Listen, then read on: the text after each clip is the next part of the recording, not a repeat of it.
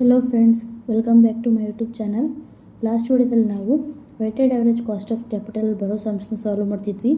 So ಈಗ ಇಲ್ಲಿವರೆಗೂ ನಾವು 5 ಸಮ್ಸ್ನ ಸಾಲ್ವ್ ಮಾಡಿದ್ದೀವಿ. ಸೊ ಈಗ ನೆಕ್ಸ್ಟ್ ಒಂದು ಬಂದು 6th ಒಂದು ಸಮ್ ನೋಡೋಣ ಬನ್ನಿ. M N limited has following the capital structure. Equity share capital 40 lakh ಕೊಟ್ಟಿದ್ದಾರೆ. 10% ಪ್ರಿಫರೆನ್ಸ್ ಶೇರ್ ಕ್ಯಾಪಿಟಲ್ ಬಂದು 10 ಲ್ಯಾಕ್ ಕೊಟ್ಟಿದ್ದಾರೆ. 14% ಡಿಬೆಂಚರ್ಸ್ ಬಂದು 30 ಲ್ಯಾಕ್ ಕೊಟ್ಟಿದ್ದಾರೆ. ಸೊ ಟೋಟಲ್ ಬಂದು 80 ಲ್ಯಾಕ್ ಆಗಿದೆ. ಸೊ ಈ ಸಮ್ಮಲ್ಲಿ ಡಿವಿಡೆಂಡ್ ₹2 ಕೊಟ್ಟಿದ್ದಾರೆ ಡಿವಿಡೆಂಡು. ಸೊ ನೆಕ್ಸ್ಟ್ ಒನ್ ಬಂದು company shares the company sales ₹20 and growth rate ಬಂದು 7% ಕೊಟ್ಟಿದ್ದಾರೆ. ಸೊ ಟ್ಯಾಕ್ಸ್ ರೇಟ್ ಬಂದು 50% ಕೊಟ್ಟಿದ್ದಾರೆ. ಸೊ ಇದರಲ್ಲಿ ಎ ಮತ್ತು ಬಿ ಅಂತ ಟೂ ಕೊಟ್ಟಿದ್ದಾರೆ ನಾವು ಐಡೆಂಟಿಫೈ ಮಾಡೋದಕ್ಕೆ. ಸೊ ಫಸ್ಟ್ ಒನ್ ಬಂದು compute the weighted average cost of capital based on the existing capital structure. So ಓಕೆನಾ, ಫಸ್ಟ್ ಒನ್ ಮೆನ್ಷನ್ ಮಾಡಿದ್ದಾರೆ ನೋಡಿ ಕ್ಯಾಪಿಟಲ್ ಸ್ಟ್ರಕ್ಚರು. ಸೊ ಅದು ಬೇಸ್ ಮಾಡಿ ನಾವು ವೆಯ್ಟೆಡ್ ಆ್ಯಾವ್ರೇಜ್ ಕ್ಯಾಪಿಟಲ್ ಸ್ಟ್ರಕ್ಚರ್ನ ಕಂಡುಹಿಡಿಬೇಕು. ಸೊ ನೆಕ್ಸ್ಟ್ ಒನ್ ಬಂದು compute the new weighted average cost of capital the company raise on additional 20 lakh debt by issuing the 15% debenture. So second ಒನ್ನಲ್ಲಿ 15% ಡಿಬೆಂಚರ್ಸ್ನ ಅಡಿಷ್ನಲಾಗಿ issue ಮಾಡಿದ್ದಾರೆ. So ಅದನ್ನು ಕೂಡ ನಾವು ಆ್ಯಡ್ ಮಾಡ್ಕೊಬೇಕು. This would be increase the expected dividend ₹3. So ಇದರಲ್ಲಿ ನಾವು dividend rupees change ಆಗಿದೆ. First ಒನ್ನಲ್ಲಿ ಬಂದು ₹2 ಇದೆ. ಸೊ ಇದರಲ್ಲಿ ಬಂದು ₹3 ಆಗಿದೆ. And leave the growth rate unchanged. So growth rate ಏನು ಚೇಂಜ್ ಮಾಡೋದು ಬೇಡ, ಫಸ್ಟಲ್ಲಿ ಏನು ಮೆನ್ಷನ್ ಆಗಿದೆಯೋ ಅದೇ ತೊಗೊಬೇಕಂತೆ. But the price of share will be fall to ₹15. So share price ಫಸ್ಟಲ್ಲಿ ₹20 ಇದೆ. ಸೊ ಸೆಕೆಂಡ್ ಬಿ ಅಲ್ಲಿ ಏನಾಗಿದೆ ಅಂದರೆ ₹15 ಆಗಿದೆ. ಸೊ ₹5 ಕಮ್ಮಿ ಆಗಿದೆ. ಓಕೆನಾ. ಸೊ ಈಗ ನಾವು ಸಮ್ ಸಾಲ್ವ್ ಮಾಡೋಣ ಬನ್ನಿ. ನಾವೀಗ ಸಮ್ಮಲ್ಲಿ ಕೊಟ್ಟಿರೋ ಇನ್ಫಾರ್ಮೇಷನಲ್ಲಿ ಮೆನ್ಷನ್ ಮಾಡ್ಕೊಳ್ಳೋಣ. ಸೊ ಫಸ್ಟ್ ಒನ್ ನಾನು ಸೋರ್ಸ್ ಎಲ್ಲ ಮೆನ್ಷನ್ ಮಾಡಿದ್ದೀನಿ. ಸೊ ಈಗ ನೆಕ್ಸ್ಟು ಅಮೌಂಟನ್ನ ನೋಡೋಣ. ಸೊ ಫಸ್ಟ್ ಒನ್ ಬಂದು ಅಮೌಂಟ್ ಎಷ್ಟು ಕೊಟ್ಟಿದ್ದಾರೆ ಅಂದರೆ ಈಕ್ವಿಟಿಗೆ ಬಂದು 40 ಲ್ಯಾಕ್ ಕೊಟ್ಟಿದ್ದಾರೆ. ಸೊ ನೆಕ್ಸ್ಟ್ ಒನ್ ಬಂದು 10% ಪ್ರಿಫರೆನ್ಸ್ ಶೇರ್ ಕೊಟ್ಟಿದ್ದಾರೆ. ಸೊ ಅದಕ್ಕೆ ಬಂದು 10 ಲ್ಯಾಕ್ ಕೊಟ್ಟಿದ್ದಾರೆ. ಸೊ ನೆಕ್ಸ್ಟ್ ಒನ್ ಬಂದು 14% ಡಿಬೆಂಚರ್ ಇದೆ. ಸೊ ಅದಕ್ಕೆ 30 ಲ್ಯಾಕ್ ಕೊಟ್ಟಿದ್ದಾರೆ. ಸೊ ಟೋಟಲಾಗಿ ಬಂದು ಎಷ್ಟಾಗಿದೆ ಅಂದರೆ 80 ಲ್ಯಾಕ್ ಆಗಿದೆ. ಸೊ ಈಗ ನಾವು ಪ್ರಪೋರ್ಷನ್ ಐಡೆಂಟಿಫೈ ಮಾಡಬೇಕು. ಸೊ ಇದು ಹೇಗೆ ಐಡೆಂಟಿಫೈ ಮಾಡೋದು ಅಂದರೆ 40 lac divide by 80 lac into 100 ಮಾಡಬೇಕು. ಓಕೆನಾ. ಸೊ ಈಗ ಮಾಡೋಣ ಬನ್ನಿ, ಪ್ರಪೋರ್ಷನ್ ಐಡೆಂಟಿಫೈ ಮಾಡೋಣ ಬನ್ನಿ. So 40 lac divided by 80 lac, so 0.50 ಬರುತ್ತೆ. ಸೊ ಮೆನ್ಷನ್ ಮಾಡ್ಕೊಳ್ಳಿ 0.50.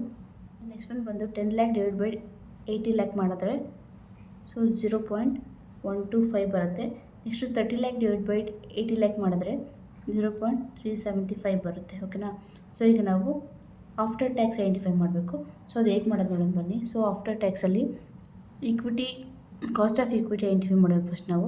So cost of equity is equal to formula ನಿಮ್ಗೆ ಗೊತ್ತು, dividend divide by market price plus growth rate. ಓಕೆನಾ. ಸೊ ಡಿವಿಡೆಂಡ್ ಆಲ್ರೆಡಿ ಸಮ್ಮಲ್ಲಿ ಕೊಟ್ಟಿದ್ದಾರೆ. ಎಷ್ಟಂದರೆ ಡಿವಿಡೆಂಡ್ ಬಂದು ₹2 ಕೊಟ್ಟಿದ್ದಾರೆ. ಸೊ ಇದರಲ್ಲಿ ಈಕ್ವಿಟಿ ಶೇರ್ಸ್ನ ಸೇಲ್ ಮಾಡಿ ಪ್ರೈಸ್ ಕೂಡ ಕೊಟ್ಟಿದ್ದಾರೆ. ಎಷ್ಟು ₹20 ಕೊಟ್ಟಿದ್ದಾರೆ.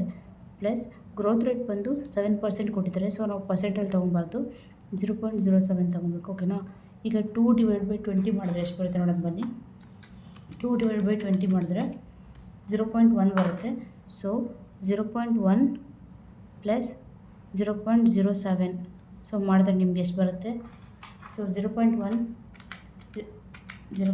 ಪ್ಲಸ್ 0.07 ಮಾಡಿದ್ರೆ ಸೊ 0.17 ಬರುತ್ತೆ. ಸೊ ಕಾಸ್ಟ್ ಆಫ್ ಈಕ್ವಿಟಿ ಎಷ್ಟು 0.17. ಕಾಸ್ಟ್ ಆಫ್ ಈಕ್ವಿಟಿ ಎಷ್ಟು ಬಂದಿದೆ 0.17 ಬಂದಿದೆ. ಓಕೆನಾ. ಸೊ ಈಗ ನಾವಿಲ್ಲಿ ಬರ್ಕೊಳ್ಳೋಣ 0.17.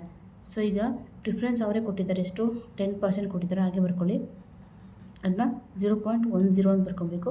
ಸೊ ನೆಕ್ಸ್ಟ್ ಒನ್ ನಾವು ಡಿಬೆಂಚರ್ಸ್ ಐಡೆಂಟಿಫೈ ಮಾಡಬೇಕು. ಓಕೆನಾ. ಸೊ ಕಾಸ್ಟ್ ಆಫ್ ಡಿಬೆಂಚರ್ಸ್ ನೋಡೋಣ ಬನ್ನಿ. ಸೊ ಇಂಟ್ರೆಸ್ಟ್ ಕೊಟ್ಟಿದ್ದಾರೆ ಅವ್ರು 14% ಅಂತ.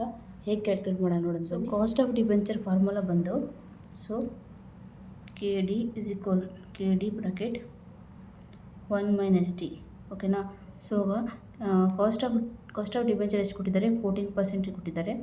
ಸೊ 1 - T ಅಂದರೆ ಎಷ್ಟಿದೆ, ಟ್ಯಾಕ್ಸ್ ಆಫ್ ರೇಟ್ ಬಂದು 50% ಇದೆ, 0.50. ಸೊ ಈಗ 14 ಆ್ಯಸ್ ಇಟ್ ಇಸ್ ಹಾಗೆ ಇರಲಿ. 1 - 0.50 ಅಂದರೆ 0.50 ಬರುತ್ತೆ. ಸೊ 14 ಇಂಟು 0.50 ಮಾಡಿದ್ರೆ ನಿಮಗೆ ಎಷ್ಟು, 14 ಇಂಟು 0.50 ಮಾಡಿದ್ರೆ ಸೊ 7 ಬರುತ್ತೆ ಓಕೆನಾ. ಈಗ 0.07 ಬರುತ್ತೆ.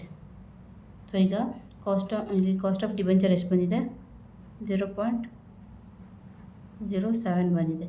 ಈಗ weighted average cost of capital identify ಮಾಡಬೇಕು. So proportion into after tax ಎರಡು ಮಲ್ಟಿಪ್ಲೈ ಮಾಡಿದ್ರೆ ನಿಮಗೆ weighted average cost of capital ಸಿಗುತ್ತೆ. ಸೊ ಮಾಡೋಣ ಬನ್ನಿ. 0.50 ಇಂಟು 0.17 ಮಾಡಿದ್ರೆ ಎಷ್ಟು ಬರುತ್ತೆ? 0.085 ಬರುತ್ತೆ ನೋಡಿ. ಹಾಗೆ ಮಾಡ್ಕೊಂಡು ಹೋಗೋಣ ಬನ್ನಿ.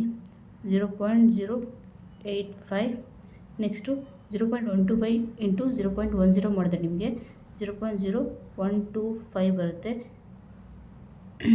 ನೆಕ್ಸ್ಟ್ ಒನ್ ಬಂದು 0.375 ಇಂಟು 0.07 ಮಾಡಿದರೆ ನಿಮಗೆ 0.0262 ಬರುತ್ತೆ ಓಕೆನಾ. ಸೊ ಇದಿಷ್ಟು ನಾವು ಟೋಟಲ್ ಮಾಡಬೇಕು ಎಷ್ಟು ಬರುತ್ತೆ ಅಂತ. ಸೊ ವೆಯ್ಟೆಡ್ ಆ್ಯಾವ್ರೇಜಲ್ಲಿ 0.085 ಪ್ಲಸ್ 0.0125 ಪ್ಲಸ್ 0.0262 ಮಾಡಿದರೆ ನಿಮಗೆ 0.1237 ಬರುತ್ತೆ ನೋಡಿ. ಸೊ ಇದು 0.1237 ಬರುತ್ತೆ. ಸೊ ಇದು ಪರ್ಸೆಂಟೇಜ್ ಮಾಡಬೇಕಂದ್ರೆ ನಾವು 12.37%. ಸೊ ವೆಯ್ಟೆಡ್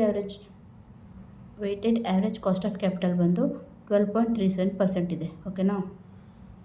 ಈಗ ನೆಕ್ಸ್ಟ್ ಒನ್ ಬಂದು ಅವರು ಎಕ್ಸಿಸ್ಟಿಂಗ್ ಕ್ಯಾಪಿಟಲ್ ಐಡೆಂಟಿಫೈ ಮಾಡೋಕ್ಕೆ ಹೇಳಿದ್ವು. ಸೊ ನಾವು ಮಾಡಿದ್ದೀವಿ. ಸೊ 15% ಡಿಬೆಂಚರ್ ಆ್ಯಡ್ ಮಾಡೋದಕ್ಕೆ. ಸೊ ಅದು ಹೇಗೆ ಮಾಡೋದು ನೋಡೋಣ ಬನ್ನಿ. ಸೊ ಇದು ನ್ಯೂ ಕ್ಯಾಪಿಟಲ್ ಸ್ಟ್ರಕ್ಚರ್ ಕೊಟ್ಟಿದ್ದಾರೆ. ಸೊ ಇದರ equity, preference share, debenture mention ಮಾಡ್ಕೊಂಡಿದ್ದೀನಿ. ಸೊ ಇನ್ನೊಂದು ಅಡಿಷ್ನಲ್ ಅವರೇ ಕೊಟ್ಟಿದ್ದಾರೆ. ಎಷ್ಟು ಕೊಟ್ಟಿದ್ದಾರೆ ಅಂದರೆ 15% ಡಿಬೆಂಚರ್ಸ್ ಆ್ಯಡ್ ಆಗಿದೆ ಎಷ್ಟು 20 ಲ್ಯಾಕ್ಗೆ ಅಂತ ಮೆನ್ಷನ್ ಮಾಡಿದ್ದಾರೆ ಸಮ್ಮಲ್ಲಿ ಓಕೆನಾ. ಸೊ ಈಕ್ವಿಟಿ ಅಮೌಂಟ್ ಬರ್ಕೊಳ್ಳೋಣ ಬನ್ನಿ. ಸೊ ಈಕ್ವಿಟಿ ಅಮೌಂಟ್ ಎಷ್ಟಿದೆ? 40 ಲ್ಯಾಕ್. ಸೊ ನೆಕ್ಸ್ಟು ಪ್ರಿಫರೆನ್ಸ್ ಶೇರ್ದು 10 ಲ್ಯಾಕ್. ಡಿಬೆಂಚರ್ಸ್ದು ಬಂದು 30 ಲ್ಯಾಕ್. ಸೊ ನೆಕ್ಸ್ಟು 15% ಡಿಬೆಂಚರ್ಗೆ ಅವರೇ ಕೊಟ್ಟಿದ್ದಾರೆ 20 ಲ್ಯಾಕ್ ಅಂತ. ಸೊ ಟೋಟಲ್ ಮಾಡಿದ್ರೆ ನಮಗೆ ಎಷ್ಟು ಬರುತ್ತೆ? ಟೋಟಲ್ ಮಾಡಿದ್ರೆ ನಮಗೆ 1 crore ಬರುತ್ತೆ ಓಕೆನಾ.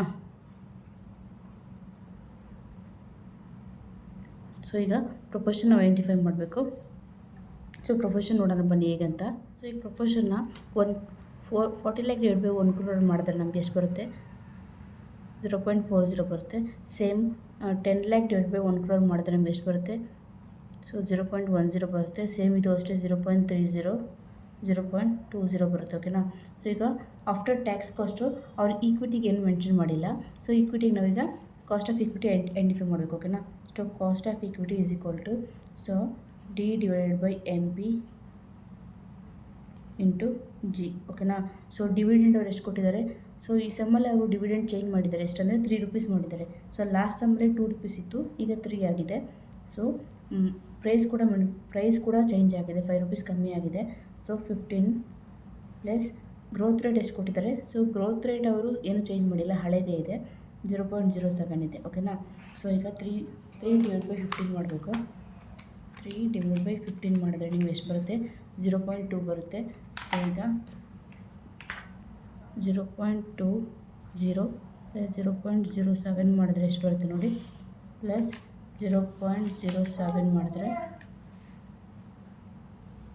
0.27 ಬರುತ್ತೆ ಓಕೆನಾ. ಸೊ ಈಗ ಆಫ್ಟರ್ ಕಾಸ್ಟ್ ಆಫ್ ಈಕ್ವಿಟಿ ಎಷ್ಟು ಬಂದಿದೆ?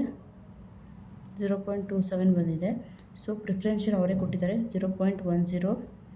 ಸೊ ನೆಕ್ಸ್ಟು 14% ಡಿಬೆಂಚರ್ ಕೂಡ ಐಡೆಂಟಿಫೈ ಆಗಿತ್ತು. ಎಷ್ಟಂದರೆ ಸೊ 14% ಡಿಬೆಂಚರ್ ನಾವು ಲಾಸ್ಟ್ ಸಮ್ಮಲ್ಲೇ ಕಂಡುಹಿಡಿದಿದ್ದೀವಿ. ಎಷ್ಟು ಬಂದಿದೆ ನೋಡಿ, 0.07 ಬಂದಿದೆ ಓಕೆನಾ.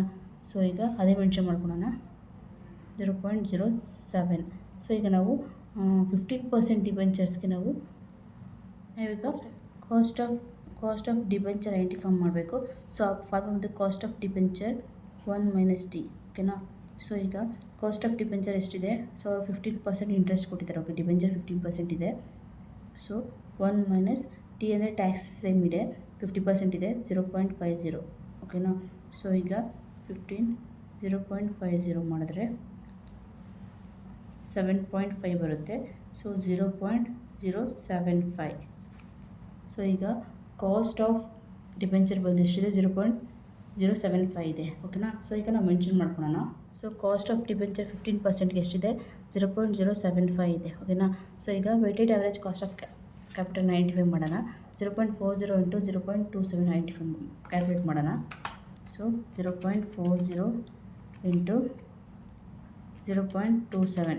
ಸೊ ಮಾಡಿದ್ರೆ ನಮಗೆ 0.108 ಬಂದಿದೆ ನೋಡಿ. ಸೊ 0.108. ನೆಕ್ಸ್ಟ್ ಬಂದು 0.10 ಇಂಟು 0.10 ಮಾಡಿದ್ರೆ 0.010 ಬರುತ್ತೆ. ಸೊ ನೆಕ್ಸ್ಟು 0.30 ಇಂಟು 0.07 ಮಾಡಿದ್ರೆ 0.021 ಬರುತ್ತೆ. ನೆಕ್ಸ್ಟ್ ಬಂದು 0.20 ಇಂಟು 0.075 ಮಾಡಿದ್ರೆ 0.015 ಬರುತ್ತೆ. ಸೊ ಇಷ್ಟು ಟೋಟಲ್ ಮಾಡಬೇಕು. ಸೊ ಇಷ್ಟು ಟೋಟಲ್ ಮಾಡಿದ್ರೆ ನಮಗೆ 0.154 ಬರುತ್ತೆ. ಇದನ್ನು ನಾವು ಪರ್ಸೆಂಟೇಜಲ್ಲಿ ತೊಗೊಬೇಕಂದ್ರೆ 15.4% ಆಗುತ್ತೆ. ಓಕೆನಾ. ಸೊ ಈಗ ನಾವು ನ್ಯೂ ಸ್ಟ್ರಕ್ಚರಲ್ಲಿ ಕೂಡ ಐಡೆಂಟಿಫೈ ಮಾಡಿದ್ದೀವಿ, ಹಾಗೆ ಎಕ್ಸಿಸ್ಟಿಂಗ್ ಕ್ಯಾಪಿಟಲ್ ಸ್ಟ್ರಕ್ಚರ್ ಕೂಡ ಐಡೆಂಟಿಫೈ ಮಾಡಿದ್ದೀವಿ. ಓಕೆನಾ. ಸೊ ಇಲ್ಲಿಗೆ ಈ ಸಮ್ಮು ಕಂಪ್ಲೀಟ್ ಆಗಿದೆ.